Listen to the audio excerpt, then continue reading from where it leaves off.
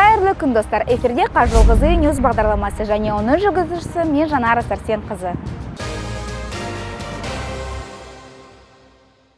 Көлік қызметкерлері күніне орай президент Қасым-Жомарт Тоқаев сала мамандарын кәсіби мерекесімен құттықтап, олардың ел экономикасының дамуына қосқан үлесін ерекше атап өтті.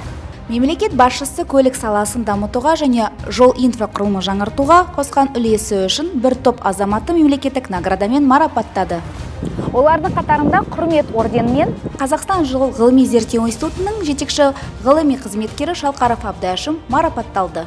Қазір үлкен жобалар дайындалып жатыр. Оның барлығы осы халықаралық немесе қалааралық жол қатынастарын жоғарылатып, жиілетіп, енді экономикаға үлкен үлес қосады ғой деген ойдамыз.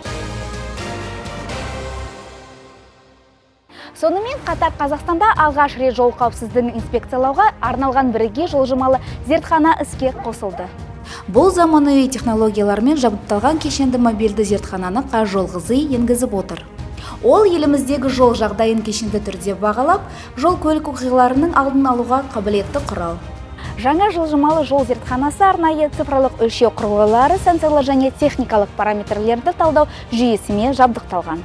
Соның арқасында ол қауіпті учаскелерді жедел анықтап, оларды жою бойынша дәлелді ұсынымдар әзірлей алады.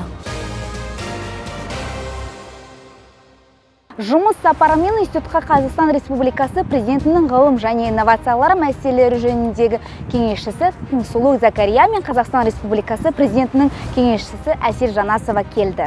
Делегация институттың ғылыми инновациялық қызметімен, зертханалық инфрақұрылыммен және жол құрылыс саласындағы заманауи әзірлемелермен танысты. Ерекше назар Астана қаласында орналасқан заманауи сынақ зертханасына аударылды.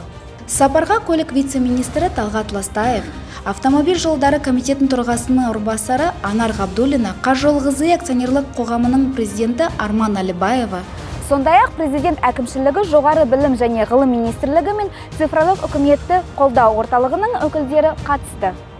Қонақтарға институт ғалымдарының жол жабындарының төзімділігін арттыруға, жолдарды күтіп ұстау шығындарын азайтуға, сондай-ақ инновациялық және экологиялық қауіпсіз шешімдерді енгізуге бағытталған ғылыми зерттеу нәтижелері таныстырылды.